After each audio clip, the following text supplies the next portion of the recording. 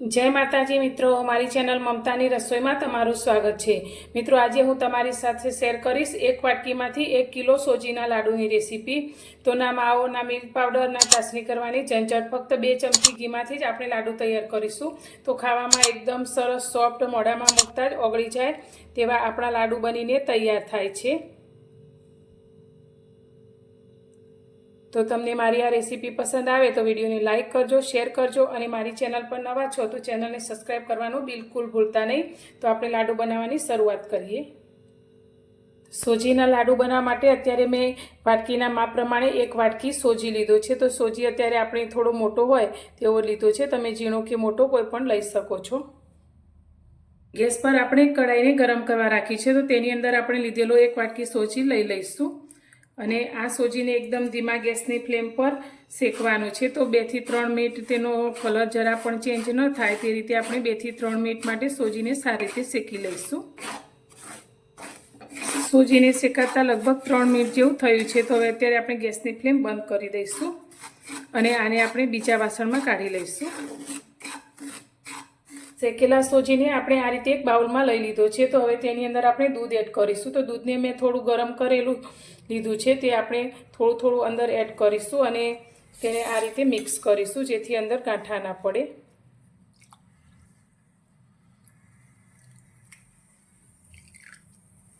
તો અત્યારે આપણે 1 વાટકી સોજી લીધો છે, તો તેની સાથે આપણે 1.5 વાટકી જેટલું દૂધ અંદર એડ કરીશું। તો અત્યારે આપણે બીજું અડધી વાટકી જેટલું દૂધ લઈશું।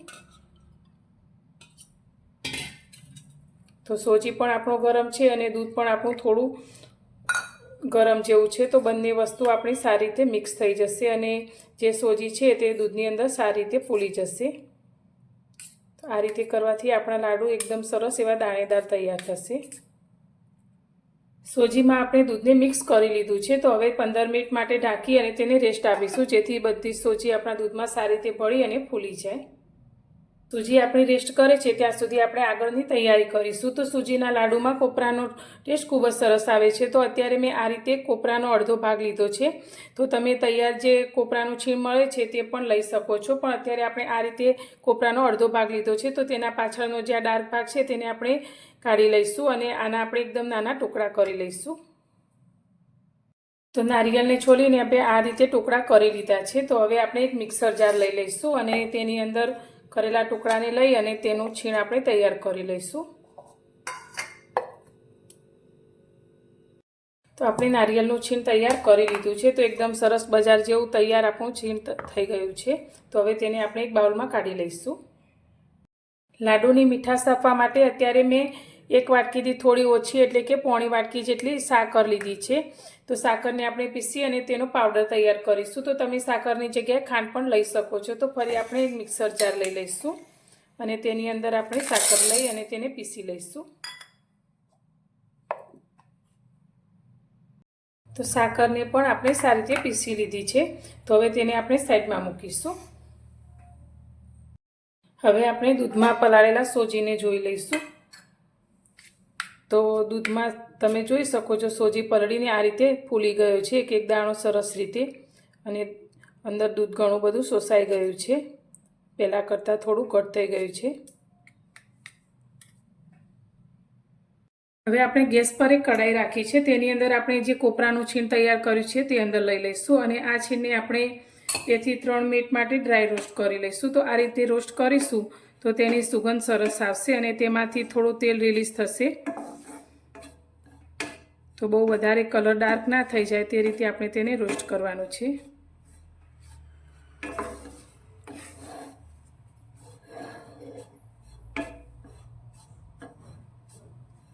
तो कोपरानुं छीण पण आपणुं सरस एवुं रोस्ट थई गयुं छे ने सरस सुगंध पण आवा लागी छे। तो गैसनी फ्लेम बंध करीशुं अने आ छीणने आपणे बीजा वासणमां काढी लईशुं। हवे फरी तेज कढ़ाईने आपणे गैस पर लई लईशुं अने तेनी अंदर अत्यारे फक्त 1 ज चमची जेटलुं घी अंदर एड करीशुं। तो आपणे खूब ज ओछा घीमां आ लाडू तैयार करीशुं तो पण एकदम परफेक्ट बजार जेवा तैयार थशे। तो घी आपणुं थोड़ुं गरम थई गयुं छे। तो हवे आपणे जे सोजीने दूधमां मिक्स करीने राखी छे ते अंदर लई लईशुं।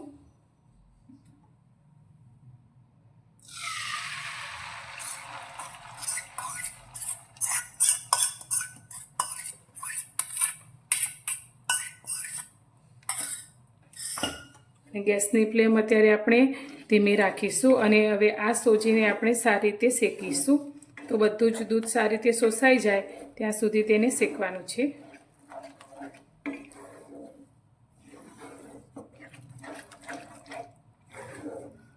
તો અત્યારે આપણે પહેલાં 2 મિનિટ જેવું તેને આ રીતે શેકીશું.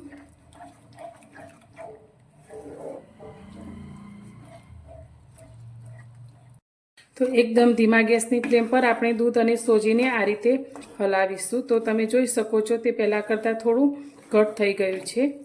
તો આપણા લાડુ એકદમ બજાર જેવા માવેદાર તૈયાર થાય તેના માટે અત્યારે મેં દૂધની ફ્રેશ મલાઈ લીધી છે, જે આપણે 4 ચમચી જેટલી અડધી વાટકી લીધી છે તે અંદર એડ કરીશું.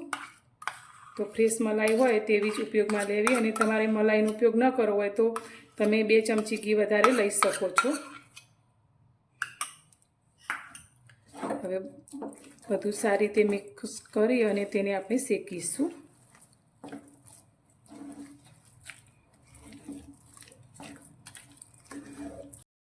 તો આપણું આ લાડુ માટેનું મિશ્રણ તમે જોઈ શકો છો આ રીતે ભેગું થવા લાગ્યું છે અને કઢાઈને પણ છોડવા લાગ્યું છે. તો હજુ પણ તેને આપણે સારી રીતે શેકવાનું છે. તો અત્યારે લાડુની ફ્લેવર માટે મેં અડધી નાની ચમચી જેટલો ઇલાયચીનો પાવડર લીધો છે, તે અંદર એડ કરીશું. સાથે આપણે થોડાક બદામ અને પિસ્તાના ટુકડા લીધા છે, તે પણ અત્યારે જ એડ કરી દઈશું, જેથી તે પણ સોજીની સાથે સારી રીતે શેકાઈ જશે.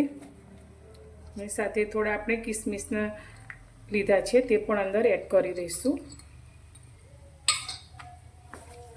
અને ફરી 3 થી 4 મિનિટ માટે બધી જ વસ્તુને આપણે સારી રીતે શેકીશું. દૂધ અને સોજીને શેકતા આપણને લગભગ 8 થી 10 મિનિટ જેટલો સમય થયો છે, અને તમે જોઈ શકો છો આપણું આ મિશ્રણ પહેલાં કરતાં હવે થોડું છૂટું પડવા લાગ્યું છે. તો હવે ફરી આપણે 1 ચમચી જેટલું ઘી અંદર એડ કરીશું.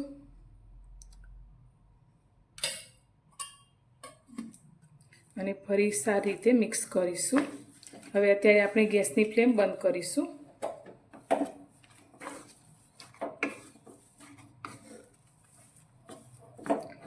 અને શેકાયેલા મિશ્રણને હવે આપણે એક બીજા વાસણની અંદર લઈ લઈશું.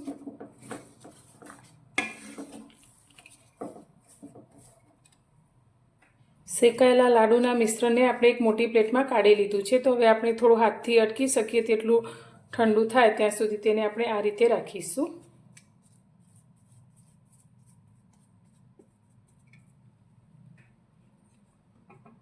તો સોજી આપણો ઠંડો થઈ ગયો છે, તો તેની અંદર હવે આપણે જે રોસ્ટ કરીને કોપરું રાખ્યું છે તે અંદર લઈ લઈશું.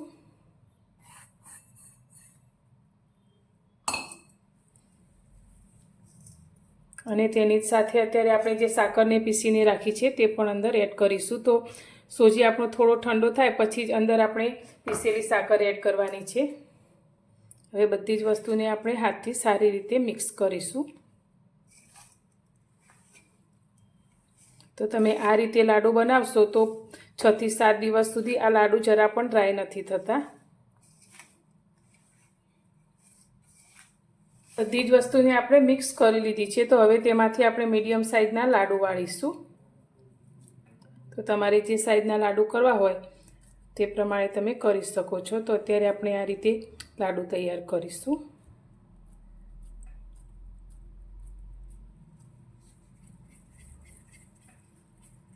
તો એકદમ સરસ એવા ગોળ આપણા લાડુ બનીને તૈયાર છે. તો આ જ રીતે આપણે બધા જ લાડુને તૈયાર કરીશું.